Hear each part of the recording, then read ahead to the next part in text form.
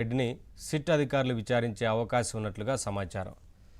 దర్యాప్తులో భాగంగా ఇటీవల లభించిన ఆధారాలతో సజ్జలకు 1-2 రోజుల్లోనే నోటీసులు ఇవ్వనున్నట్లు తెలుస్తోంది. అయితే ఈ లిక్కర్ స్కామ్ అంశానికి సంబంధించి ఇప్పటికే చాలామంది నిందితుల్ని సిట్ ఒకవైపున విచారించింది, అరెస్టులు జరిగాయి, మరికొంతమందిని విచారించే అవకాశం ఉంది. అలాగే జగన్మోహన్ రెడ్డి, వైసీపీ అధినేత జగన్మోహన్ రెడ్డి పిఏ కేఎన్ఆర్ ఎవరైతే నాగేశ్వర రెడ్డి ఉన్నారో నాగేశ్వర రెడ్డిని కూడా ఇప్పటికే విచారించిన నేపథ్యంలో పెద్ద ఎత్తున ఆస్తుల అంశానికి సంబంధించి చాలా విషయాలు వెలుగు చూసినట్లుగా తెలుస్తూ ఉంది. అలాగే దేశ విదేశాలలో పెట్టుబడులకు సంబంధించి ఈ లిక్కర్ స్కామ్లో డబ్బుకి సంబంధించి ఎక్కడికి తరలించారు, మనీ లాండరింగ్ అంశాలకు సంబంధించి పూర్తి స్థాయిలో దృష్టి పెట్టారనేది కనిపిస్తూ ఉంది. ఇదే అంశానికి సంబంధించి వాటి డిబేట్లో మాట్లాడదాం. డిబేట్లో పాల్గొంటున్నారు టీడీపీ లీడర్ సప్తగిరి ప్రసాద్ గారు, దుర్గా కుమార్ గారు అనలిస్టు, అలాగే అడ్వకేట్ కృష్ణకాంత్ గారు బీజేపీ లీడర్. అందరికీ నమస్కారం అండి, వెల్కమ్. ముందుగా సార్ దుర్గా కుమార్ గారు నమస్తే సార్. నమస్తే నవీన్ గారు, మన ప్యానల్ మిత్రులకి మన వీక్షక మిత్రులకి నమస్కారం.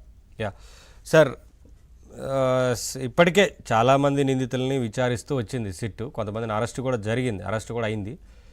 ఇటీవల నాగేశ్వర రెడ్డిని కూడా విచారించిన నేపథ్యంలో చాలా అంశాలు వెలుగులోకి వచ్చాయి. ఒక్కొక్కటిగా ఇంకా కొంతమందిని విచారించే అవకాశం కనిపిస్తోంది. అందులో భాగంగా ఎవరైతే వైసీపీకి సంబంధించి కీలక నేత సజ్జల రామకృష్ణారెడ్డి ఉన్నారో వారికి కూడా నోటీసులు ఇచ్చి విచారించే అవకాశం కనిపిస్తూ ఉంది. ఈ విచారణ జరిగితే ఇంకా చాలా అంశాలు బయటకు వచ్చే అవకాశం కనిపిస్తూ ఉంది కదా, ఏం చెప్తారు సార్? ఇది వైఎస్ఆర్సీపీ ప్రభుత్వంలో జరిగిన అతిపెద్ద కుంభకోణం, తర్వాత ఇది ఒక జాతీయ స్థాయి కుంభకోణం కూడా అండి.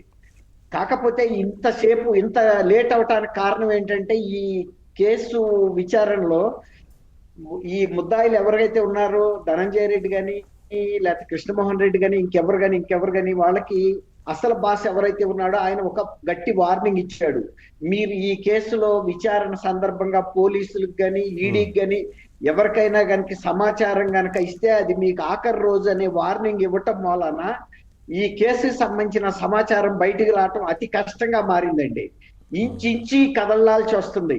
ఇప్పుడు ఈ కేసులో జి నాగేశ్వర రెడ్డి ఆయన పిఏ అసలు యాక్చువల్ గా అతను ఒక చిరుద్యోగి, సాక్షిలో ఒక 10,000-12,000 లోపు జీతం ఉన్న వ్యక్తి దాదాపు కొన్ని వందల వేల కోట్ల రూపాయల పెట్టుబడులు ఇప్పుడు రాష్ట్రాలు లేకుండా విదేశాల్లో కూడా పెట్టాడని, తర్వాత ఆయన భార్య అకౌంట్ లో కూడా ఒక 20 కోట్ల రూపాయల ట్రాన్సాక్షన్స్, అంటే ఒక ఎస్బీ అకౌంట్ లోనే 20 కోట్ల రూపాయల ట్రాన్సాక్షన్స్ జరగటం, కొన్ని కిలోల బంగారం, తర్వాత గోల్డ్ లోన్స్, అనేక ప్రాపర్టీస్ బినామీ పేర్ల మీద పెట్టినట్టుగా కూడా తెలుస్తా ఉంది. ఇతనే బినామీ అనుకుంటే మళ్ళీ ఇతనికి బినామీ.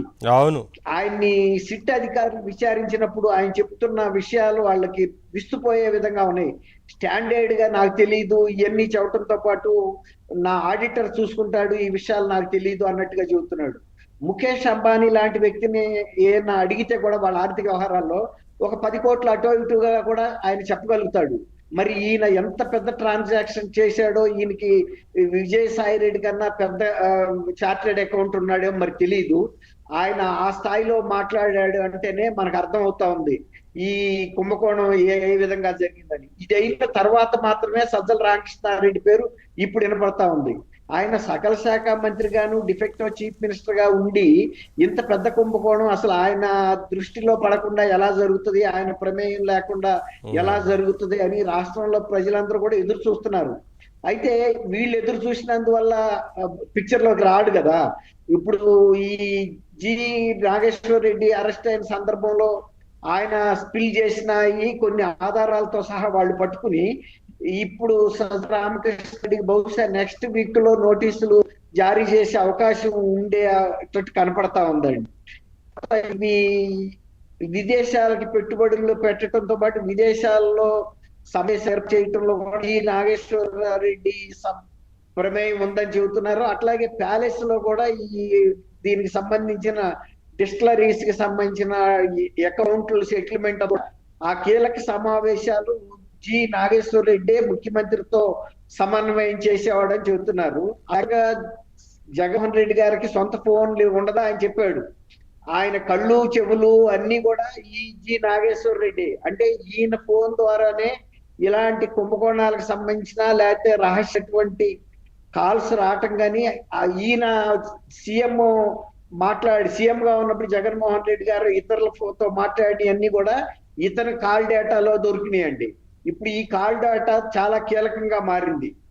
దీనికి తోడు దర్యాప్తులో సరే ఏదైనా ఇప్పుడు మీరు చెప్పినట్టుగా జరిగినటువంటి కీలక నిందితుల విచారణ జరిగింది కాబట్టి ఆ ఏదైతే ఆ విచారణలో వెలుగు చూసిన అంశాల ఆధారంగా ఈ విచారణ ముందుకు పోతా ఉంది. ప్రస్తుతం సజ్జల రామకృష్ణారెడ్డి గారికి కూడా నోటీసులు ఇచ్చే అవకాశం ఉందనేది కనిపిస్తూ ఉంది. ఒకవేళ నోటీసులు ఇచ్చి విచారించిన తర్వాత ఇంకా మనకి చాలా విషయాలు బయటకు వచ్చే అవకాశం ఉంటుంది సార్. ఒకసారి నేను ప్రసాద్ గారితో కూడా మాట్లాడాను.